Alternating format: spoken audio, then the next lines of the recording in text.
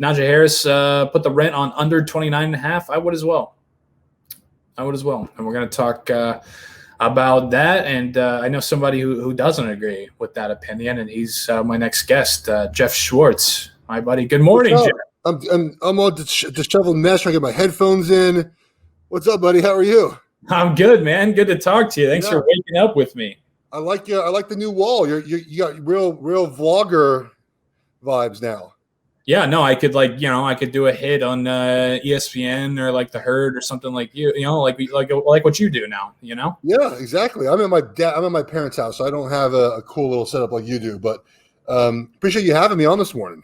I mean, that Giants jersey, that's not a bad plaque back there. That's pretty solid. You would appreciate this. My dad did a 50-year-old like fantasy camp thing in Arizona with like that's what that is. That's when we went to the World Series in 2014, but he went to a San Francisco Giants fantasy baseball camp when he was 50 years old for his 50th birthday. Do you know those things exist? Oh yeah, that's incredible. Yeah, he loved it. Yeah, so that's in the World Series in 14 though. We went to the World Series. A lot of fun. It was. You were with Kansas City then, weren't you? So I mean, that worked out well for you, right? Well, no. That was the year after I was hurt. And I said to myself, if I had the opportunity to go to the World Series, I would pay all the money in the world to do so. So I was hurt, and it was a bye week. And so I told my trainers, like, hey, can I just dip for the weekend?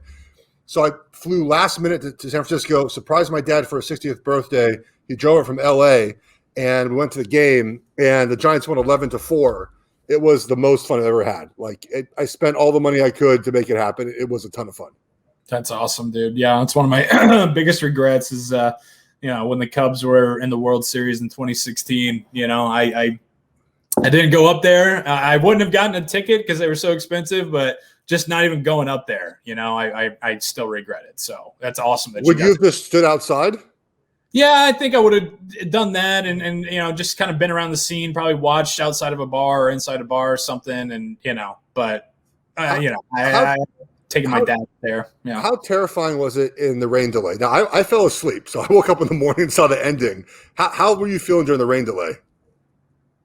Yeah, it's funny. I joke about so I was so stressed out and nervous that I actually was doing like a Budweiser an inning, starting at about like the third inning.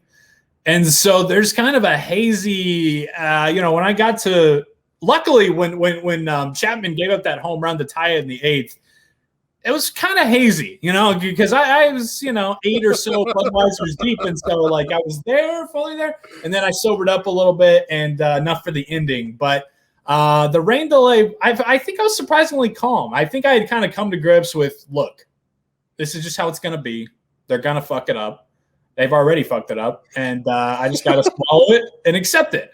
And then, I had my low expectations and then they exceeded them. So there's a life lesson for you. Keep it low, and then you'll get surprised. You know what I mean? Did you cry? I cried when the Giants won in 2010, the first one. It's the first time I cried, I think, since high school. Yeah, no, I did. I fully the bottom of the 10th is definitely I remember fucking every word that Joe Buck said. That is very real. Sometimes when I'm down, I think about. It's going to be a tough play, Bryant, the Cubs. I remember the feeling exactly, seeing him throw it across and realizing, holy shit, this is happening.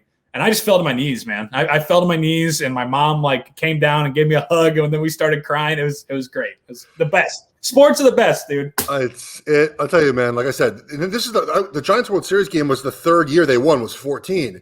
It was the most fun I've ever had at a game. And the Chiefs Super Bowl was pretty fun too, but they weren't, they were losing until those 7 minutes left. The Giants were losing a little bit early, and then they got a 7-run inning, and then the last 3 innings was like a party. And sports are, and your Tigers won and LSU, and so LSU UCLA next year in the Rose Bowl. You should come out to the Rose Bowl. I should. That's a great call.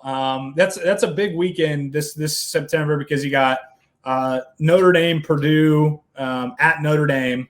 And so obviously my wife went to Purdue and a lot of my buddies went to Purdue. And then I grew up with a lot of Notre Dame fans. So that's kind of a big thing that's happening here locally for me. But if I could find a way to do that, then that would definitely trump because I've already been to Notre Dame. I've never been to the Rose Bowl. I've never been to LA. Never been to California. So, go out there and see LSU in week 1. Maybe I need to find a way. I like that idea. Should make it happen. All right. Yeah. How's the you got the big boys club, right? Yes. Don't shorten that. Just keep it Big Boys Club. The Draft Academy, and it was a lot of fun. It aired last night, so we spent time. Like, look, I've always wanted to do this Gruden style quarterback camp thing for offensive linemen, and I basically we begged their bosses to do it at Fox, and they much obliged. So last night was the first show. So we put a show in FS1. It was only supposed to be digital, and it went so well they put it on air. And we're going to have many more episodes out digitally. We'll have the X and O's out, the video stuff out, the whiteboard out, because I think people want to learn about offensive line play, and it's a very fun topic to talk about. It's very misunderstood. Even yesterday, a lot of comments I got, and we only showed 1 or 2 plays per player, was like, why didn't realize it was so detailed? Yeah, I mean, it's like just like every other position, but it's tough to realize unless you've been in that spot. So I just want to teach fans about football, man. It's a passion of mine. I love coaching. I used to coach high school baseball when I was playing football during the season. In the offseason, I coach high school baseball in South Carolina. Like, I like coaching, and this is a way for me to do that here, is just kind of teach the offensive line play. That's awesome, man. Yeah, I love did you bring out the spoon? No, unfortunately. When I say this happened like last minute, like it was like, hey, do you want to do this? And we were like, my producer was like, hey, you want to do this idea? And I said, yeah, let's do it. Then it was dead, and then it came back, and it was like, okay, let's go to Dallas. Let's film this. No spoon. Next year, we'll get a better graphics package. Maybe we'll put a little spoon in there, and we'll have a laser pointer. I mean, it was like last minute. Like I was literally cutting up the film to show like the morning of, because we didn't have it ready yet. So I was sitting there in the gym as they were filming. The guys working out, like on YouTube, like cutting, like screenshotting plays to use, because you can't use the all 22. Yeah.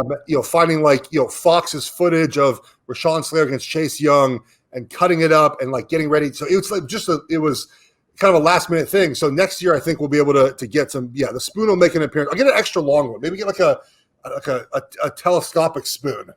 Yeah, like a 10-foot, like what Damashek does with the 10-foot pole thing. Oh yeah, I had to do that one time. When we used to have a podcast together, I brought in a PVC pipe, like a 10-foot PVC pipe I had in my garage. A failed experiment I was trying. My garage is just littered with failed things that I think I'm good at. I'm the worst handyman ever, like really bad. But I buy stuff just to think I could do things. This by the way, this idea was, my dish was iced over, so I couldn't watch football on Sunday. So my idea was like, to put a scraper on like PVC pipes, and like, it was just a stupid idea. So yeah, 10-foot pole. I've used it before on a podcast.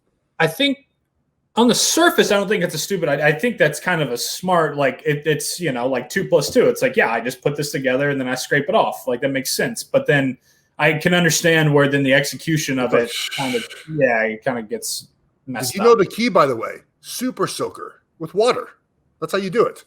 And so it doesn't like freeze up, it just like washes off? It washes off enough. It's not really the ice, it's like the snow. It was a little bit of snow. And so if you just get the snow off with the super soaker, a little hot water, done. Water. Yeah, so now I have I bought a super soaker just where the dish goes out once every 10 years in Charlotte. The dish might go out. I have a super soaker sitting in the garage for that. Nice. So Thursday, first round draft this weekend. You got the Big Boys Club. You're focusing on the offensive linemen. Who do you like most in the first round for big guys? I know you're Oregon Panay guy. Who do you like? Who do you think's getting overhyped on the offensive line heading into the draft? I really don't think we're having overhype, which is kind of nice. We really don't have a guy that I think is going to be in the first round where you're thinking, he shouldn't be there. There are a couple guys that might sneak up in the end of the first round, but the Chiefs trading out of 31, I think, tells you where the tackle class kind of is right now. There's that upper group, right? Panay Sewell, Slater, Vera Tucker, who I think is a guard, and then Darrisaw. Those are like the top 4 tackles. They'll be gone by 14, I think. Then there's another group of tackles, depends on how you rank them, Leatherwood and Kosemi and the kid from Notre Dame and Brady Christensen, and there's a kid from North Dakota State as well. They're the next tier, and they could be ready to play this year, but they're not a sure thing like the top guys. So the end of the first round could be interesting to see. There's some teams that could use tackles to see where they slotted. Right, the Colts, they need a left tackle, but at 21, you're not getting a left tackle. They're gone. So you're going to overdraft a left tackle at 21, which the Colts don't seem to ever do. So the Colts, I think, are trade back in the second round. grab yourself a tackle. Tavon Jenkins is kind of the next guy. He's kind of in between, I think, both tiers. He's a right tackle in the NFL. Yeah. The Colts aren't drafting him. The Titans at 22 feel like a spot. It's perfect. They need a right tackle there. So I don't know if we're going to have that many surprises because the Chiefs, again, to my point, I think they're telling you like, we don't know if there's a starter at 31. We'll just trade for Orlando Brown, and we feel good about that. The one guy that I think is pretty interesting is Landon Dickerson from Alabama, who's a center and guard. In my mock draft, I put him to Pittsburgh at 24. Okay. And now, again, Pittsburgh, don't draft a running back, please. Just don't do it. But they might. It sounds like they. Why? Because it doesn't make – when you watched them play last year, did you think, you know what, running back away on that offense? I mean, I didn't think running back away, but I certainly feel like there's an upgrade available at running back. I feel like you should upgrade the offensive line first and then do the running back later. But wouldn't you, if that's the case, and I definitely understand that they do need to reinvest in the offensive line, but if that's the case and you draft a Chuba Hubbard in the 4th round, aren't you essentially just having another James Conner? You can win with those guys, though. We're seeing in the NFL, you can win with 3rd and 4th round running backs. If your offensive line is fixed, you'll run the football. It doesn't, like, if you can fix, and again, fix is a strong word, but if you can get some guys to be healthier, a little more physical, you add Landon Dickerson there who can play center and guard, that automatically just makes your run game better, right? If your offensive line can block, it doesn't matter who your running back is a lot of the times, you'll find a way to get yards, and your season will rely on Big Ben. If Big Ben can throw the ball, you can win. If not, you're not going to win. So I would draft in the offensive line first. In that position, it sounds like they're going to draft a running back. I would invest in the big boys up front. You know, maybe you go pass rusher at 24 to replace Dupree. There might not be a guy really available there where you feel great about. But I just wouldn't address running back so early. I mean, Chuba Hubbard is a great backup plan. There's a kid out of Oregon State, Jamar Jefferson. I think it's fabulous. He'll be a 4th round draft pick. He'll be a pro in the NFL for a ton of years. He can catch the ball. He can run the ball. I don't know if you need to address that in the 1st round. Najee Harris, again, great talent. I don't want to say he's not. Watch him play. He's very talented. But I don't think the value is there for Pittsburgh. Running back is a position like the Chiefs did last year. You can make an argument they should have gone somewhere else. It's like a luxury item, right? Your pass rush was set. Your secondary was set. Your offensive line was set. Okay, let's add that. But the Steelers' offensive line's not set right now. I'd go address that position first. Couldn't you make the argument that I've been telling myself, because I'm pretty much accepting that they're going to take Najee Harris at 24, that if you take Najee Harris at 24, then your next 2 picks, you could still maybe get a guy like Liam Eichenberg, a guy like Quinn Meinerz from Wisconsin. Like, one of the, pretty much anybody from fucking Iowa or Ohio State or Wisconsin. And then go in there and you're adding a depth, but at 24, you're not overdrafting. You're getting the best available player at that position. No? Yeah. Well, okay. So best player available is an interesting question. Where's Najee Harris going to be compared to Landon Dickerson or to Creed Humphreys? I kind of talk out of 2 sides of my mouth because I am a big fan of best player available. I think it's the best way to draft, especially if you have your quarterback, right? Because we see this often where teams draft someone best player available and you don't think they need him, right? Oh, they don't need this guy. And it ends up the starter gets hurt. And the guy they drafted comes on in and saves the season. So I get that idea of best player available. And if the board breaks out to where Najee Harris, you've graded him as 10, 15 spots better than the next offensive lineman, I guess go take him, right? I mean, I can't contradict myself by saying, but best player available should also include the value of the position. And the argument that you make is what the Bengals make. Oh, we could just get our lineman later. We'll just draft him later. Are you sure he's going to be there at the end of the 2nd round? I can't, but I can assure you that Chuba Hubbard will be there.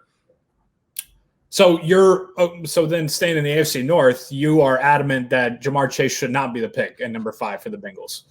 Again, I wouldn't do that. Look at the best. I tweeted this out. Bengals fans got pretty pissed. The top 4 offensive lines, the last 4 Super Bowl champions, right? 2017 Eagles offensive line, fantastic, right? Best in the NFL. 2018 Patriots just rolled through the AFC playoffs.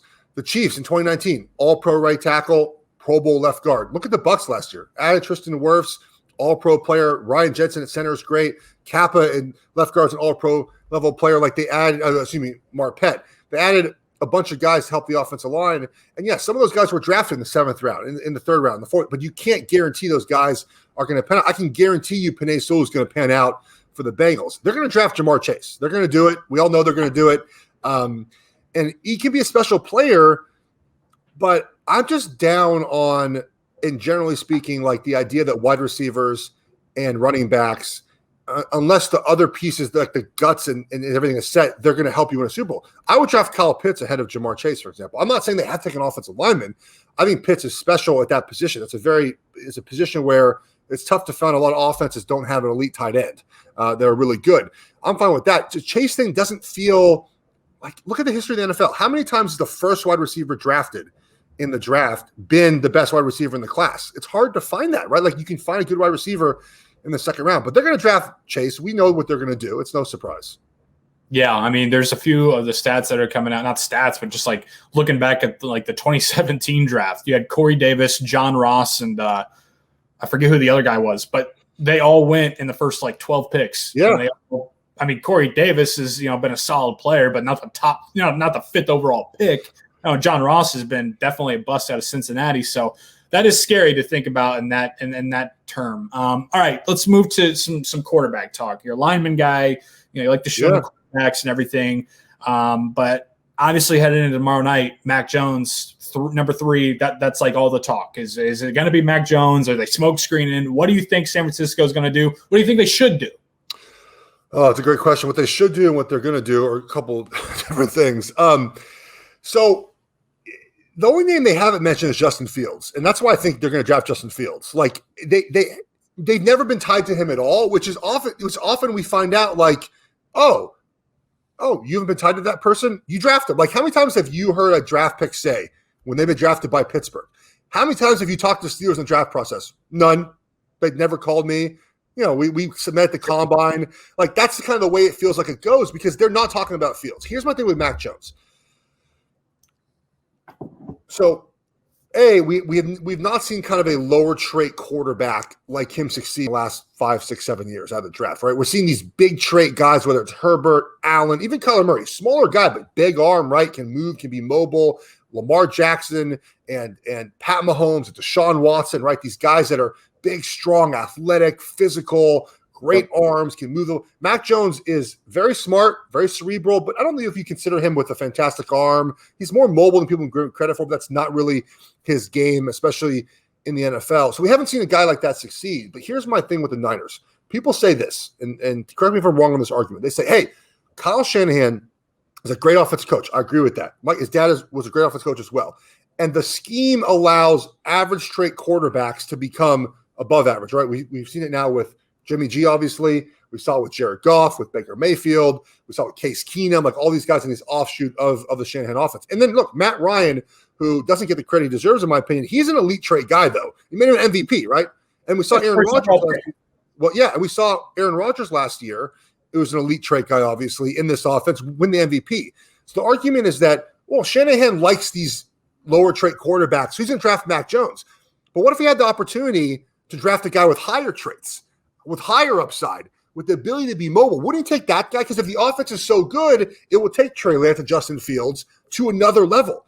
The offense is so good, it'll make them, and then you add in the mobility of Fields, the mobility of Lance. Lance played in the most like pro-ish style offense, but obviously not a lot of reps. So if you draft him, maybe you have Jimmy G for one more year, or maybe 8 games, and and then you play Lance and you trade Jimmy in the offseason. So I just don't buy that they traded up 2 spots for Mac Jones, 2 first-round draft picks next year for Mac Jones. But even if it is Mac Jones, this wavering they've been doing the last couple of days is very odd to me. I feel like something happened behind the scenes that moved them off of Mac Jones, if that is their guy. Again, I don't think it is, because they're he said they feel good about like 5 guys. They're really talkative. Like, I don't remember a team trading up. Like, were the Rams this talkative with Jared Goff when they traded up to 2? That way. It seems pretty much like, they're going up to get Goff, So I just don't really that's why I think it's Fields, Matt. Like, it's been Trey Lance, it's been Mac Jones. The betting market, I think, as of this morning, has Trey Lance as the favorite. I'm sticking with Fields until proven otherwise. But if Mac Jones doesn't go 3, who's drafting him? Yeah. Let's say, again, from a Steelers perspective, let's say that one of these quarterbacks does fall. Do you think that Pittsburgh should or would go up and take him if they can move up a few spots? Or if one of them somehow, I doubt it happens, but if they somehow fall to 24, do they say, well, we can't pass up on this? It's a great question about the future building of the Steelers, right? So Big Ben has 1 year left. Is that basically the sentiment? Yeah. So do you go all in on Ben this year? You draft him a center, you draft him a weapon, you draft him a running back and say, hey, we're making a push to win this year. Or do you draft for the future? That's the kind of dilemma that you're in here. And I think that Ben would argue, hey, give me some weapons, right? Like help me out a little bit. I think he would feel in the same way that Aaron Rodgers felt with the Jordan Love thing. But does drafting a quarterback also motivate him to play better? In my podcast, we did a mock draft, and my buddy drafted Davis Mills to the Packers to motivate Aaron Rodgers. Just because, why not, right? Like, so maybe drafting a quarterback of the future motivates Big Ben into being better. I don't think he needs any more motivation after the way last season ended. But if it's Mac Jones, I don't know if it's Justin Fields or Trey Lance, which again I don't think they get to 24. Maybe you go in on that, but it's always a dilemma for teams. Do you go now? If you're the Steelers and you're in the building now, do you feel your Super Bowl caliber? Like you feel like you're a Super Bowl team? I mean, you always think that. Obviously, things break right here and there, but that's the question that Colbert and Tomlin have to figure out is: are we Super Bowl caliber this year, or do we start phasing out Ben and kind of get ready for the new wave of the Steelers after the season? Yeah, it's a weird spot. It's a weird spot to be in for sure. All right, what Thursday night? What is going to be? Do you have I mean, you said Justin Fields to San Francisco, so that very well could be it. But is there something? Do you think like a Saints trade up, or what's your prediction of something that Shefty's going to be like? Oh, you want to get to the TV for this one, and people are going to be like, oh, holy shit. Well, the Saints trading up would be odd because they have the best quarterback of all time, right? Taysom Hill is going to be the next. It's going to be the.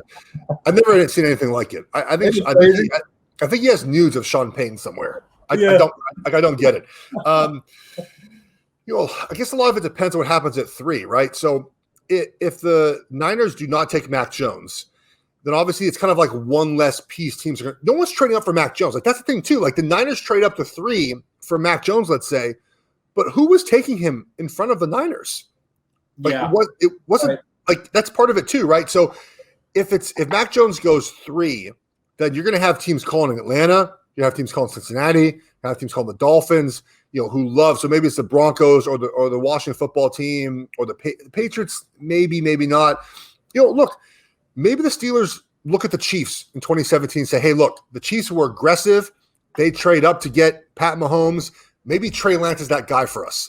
And we go say, hey, you know what? We'll just kind of eat this year. Maybe we'll get lucky. Maybe Ben will play out of his mind. Maybe everything will work out for us, right? The Ravens aren't as good. The Browns aren't as good. The Bengals aren't really there yet. We win the division.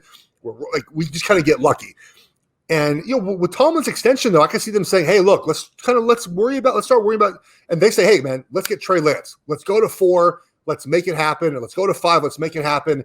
And let's kind of kickstart our future. I could see a team doing that. I mean, the Chiefs are the model for that, right? The Chiefs with Alex Smith were fine. They were going to playoffs, which I think every fan would say, hey, just get us in the dance, right? Get us in the dance, and we'll try to win a Super Bowl. And they were aggressive and said, hey, we're going to do something different. We love Pat Mahomes so much. Let's go get him. Maybe Pittsburgh is in that boat of let's go get our next guy. Let's try to win this year, but obviously with an eye toward the future.